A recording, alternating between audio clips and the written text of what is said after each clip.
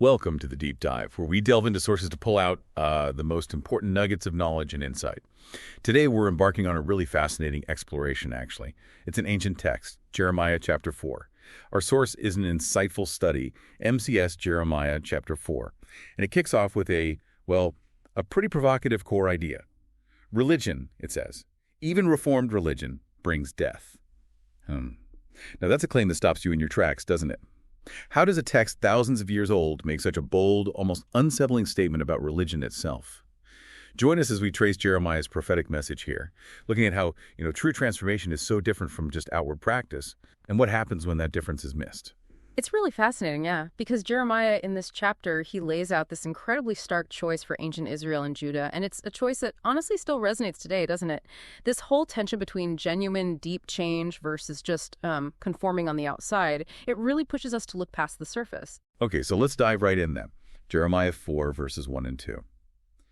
God calls out to Israel, saying, "If you will return to me. And if you will banish your abominations from my presence without wandering astray again, and if you will swear, as Adonai lives, in truth, justice, and righteousness, then the nations will bless themselves by him, and in him will they glory." So this return, what does that really mean? It sounds like more than just coming back physically. Oh, absolutely. It's a powerful echo, actually, of God's original promise way back with Abraham in Genesis 12. Israel was meant to be this bright, shining light in the dark pagan world. That was their calling. So the return wasn't just about, ticking boxes or following rules again. It was about embodying this divine purpose, a purpose that was supposed to impact all the nations around them. That phrase, "the nations will invoke blessings by him," that points directly to that core mission. They were meant to show God's way. Okay, so it's not just what they do, but who they are, their whole being, their inner state. And Jeremiah 4, verses 3 and 4 expands on this. It says, "Break up your ground that hasn't been plowed, and do not sow among thorns." And then this really critical line jumps out. "Circumcise yourselves for Adonai, remove the foreskins of your heart." That last part. That definitely suggests something much deeper than the physical act, right? Exactly. And this is where the study we're looking at really highlights a key point about King Josiah's Reformation. Now, historically, Josiah did a lot. He cleaned up the temple, got rid of idols, brought back the law, looked great on the surface, a real positive move, you'd think. But the text here, Jeremiah, points out that this whole religious reformation, it did not begin with a changed heart, that unplowed ground image that symbolizes hearts that hadn't been softened, hadn't been prepared for real change. So no genuine repentance had actually happened deep down. The outward stuff, however good it looked, was kind of hollow without that inner shift. Right. Okay, let's unpack that a bit more then. The literal physical circumcise versus this cutting of the heart. What's the core distinction our source is making there? Well, the word circumcise itself literally means to cut around. And sure, the people were willing to do the physical act for their children. It was a key religious marker, a sign of belonging to God's people. But the true meaning Jeremiah is driving at here is this cutting of the heart. It means a deep, profound sorrow over sin, understanding its destructive effects, and having a genuine desire for real internal transformation. Think of it like this, maybe. You can put on a fancy suit, clean your house spotless, say all the right phrases, but if your heart's unchanged, if your motives are still rotten underneath, it's just a performance, isn't it? And Jeremiah is saying that kind of religion, all show, no substance, it's ultimately dead. It doesn't bring life, it doesn't bring blessing, it just gives the illusion of it. And eventually that leads to destruction. That's the really powerful, unsettling idea behind the study's claim that religion brings death. A dead external religion just lacks true life. It fails. Wow. So this reformation without revival, as the source puts it, was actually leading them towards death, not life. And despite this urgent call for real change, the very next verses, Jeremiah 4.56, they just announce disaster, don't they? "Announce in Yehuda, Judah, proclaim in Yerushalayim, Jerusalem, blow the shofar in the land." That's the ram's horn, the alarm signal. And then, "I will bring disaster from the north, yes, dire destruction." It's stark, yeah. The prophet is crystal clear. Judgment is coming on Judah. And he even names the instrument God will use, Babylon. Verse 7 describes Babylon like, "A lion has risen from his lair, a destroyer of nations has set out, left his own place to ruin your land." And notice the timing. It says Babylon had already left their own land.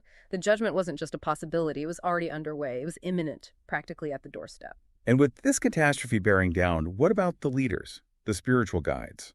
Verse 9 paints a pretty bleak picture of how they'll react. The king's heart will fail him, likewise the princes, the Kohanim, as the priests, will be appalled and the prophets stupefied.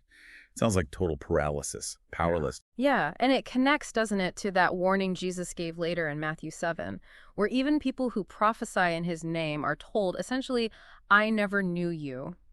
The religious leaders in Judah, despite all their titles and outward shows of piety, they were stuck in their self-righteous religion, the study calls it.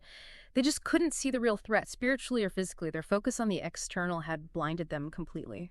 Okay, but then we hit this really difficult moment in verse 10. Jeremiah himself cries out. He says, "Oh, Adonai Elohim, surely you have sadly deceived this people in Jerusalem by saying you will have peace when the sword is at our very throats." Now, that's tough. How do we square that?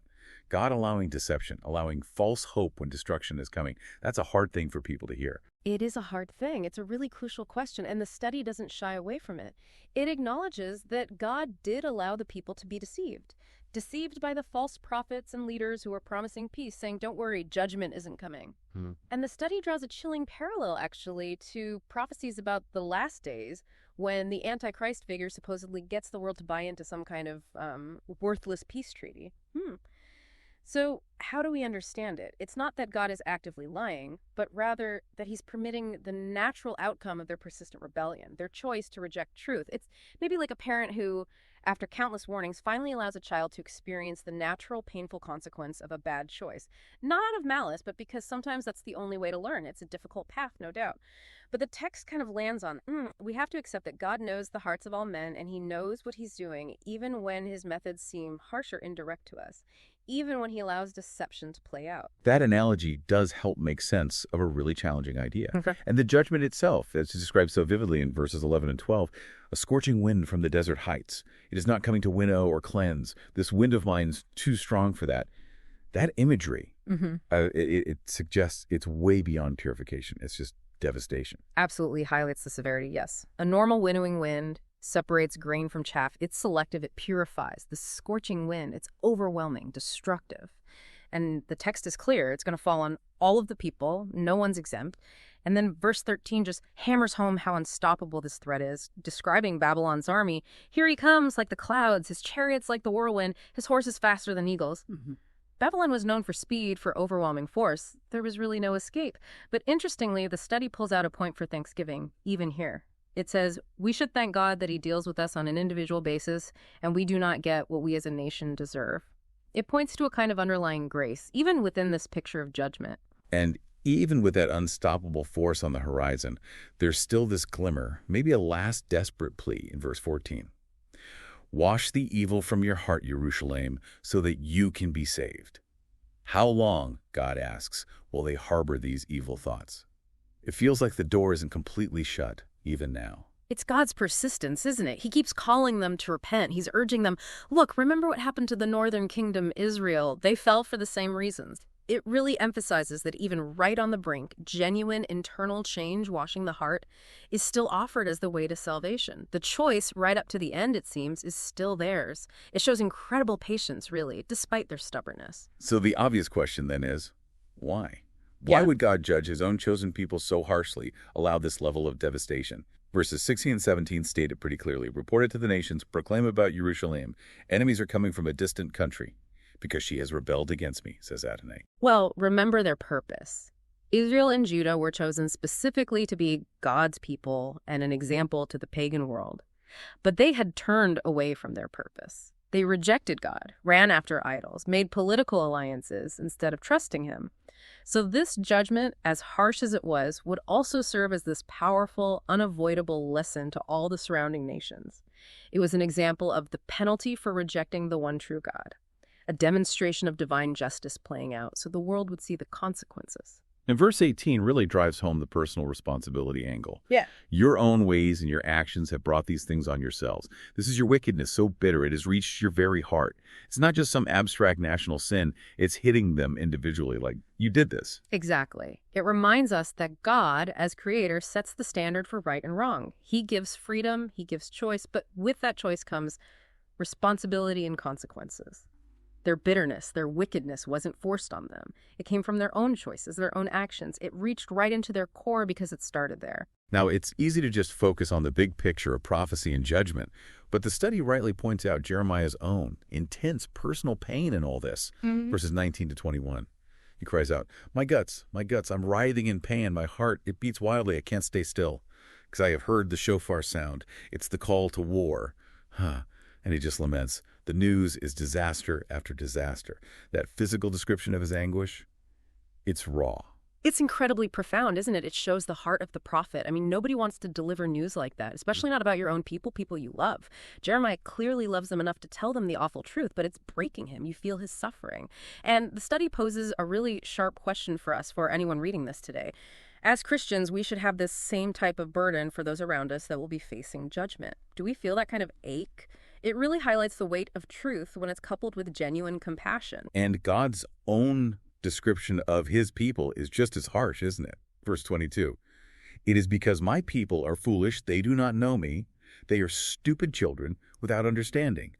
Wise when doing evil, but they don't know how to do good. That's a brutal assessment. It just lays bare their spiritual state. Yeah, the study connects that straight back to Proverbs 1, where Solomon defines a fool as someone who just will not listen to instruction. God is essentially saying, I tried. I warned them over and over, sent messengers. They just refused to listen. Their only skill, their only wisdom was in doing wrong. They had zero grasp of goodness, zero desire for it. They actively chose ignorance over knowing him.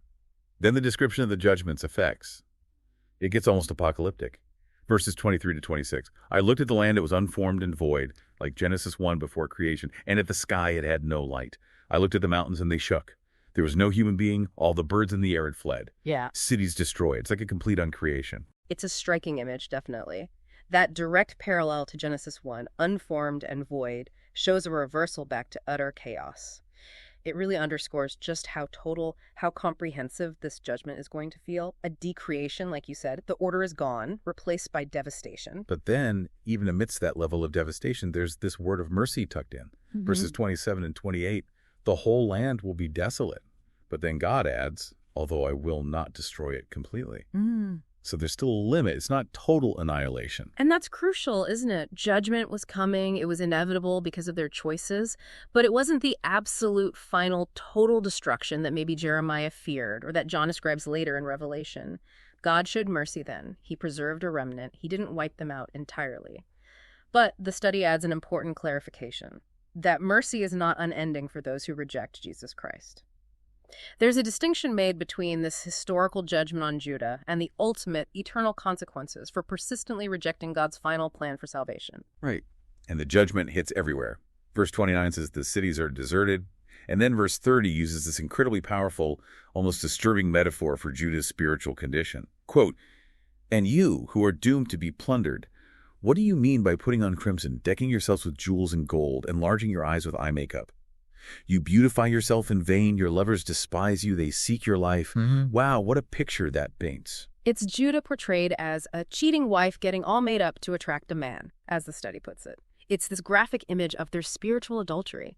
They'd turn to other nations for security, for alliances, adopting their gods and practices instead of relying on God. All that effort to look attractive, all that outward adornment, utterly useless because the very lovers they were trying to impress, those nations, would ultimately be the ones to turn on them and destroy them. It just highlights the deep betrayal and the complete futility of their superficial approach. And the final image, verse 31, it describes the agony of judgment, like the pain of a woman in labor, in anguish, giving birth to her first child.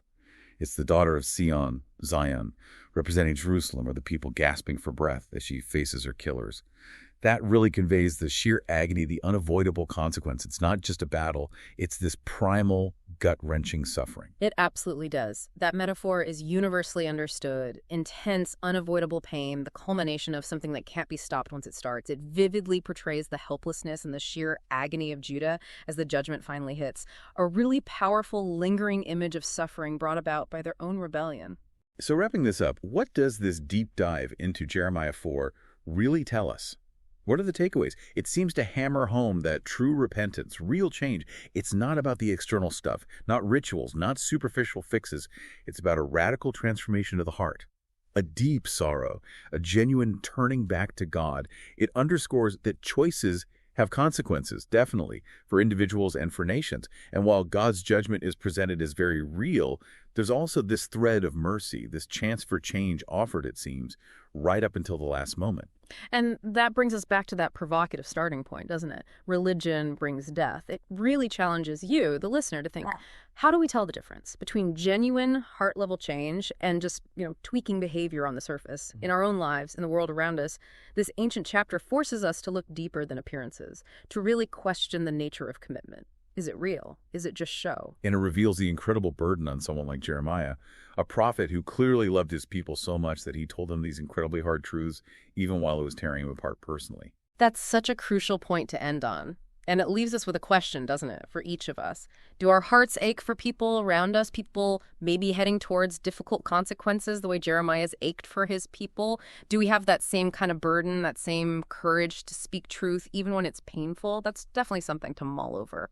Thank you for joining us on this deep dive. We hope this exploration of Jeremiah 4 has offered some fresh insights, maybe sparked a few aha moments for you. Until next time, keep digging into the depths of knowledge.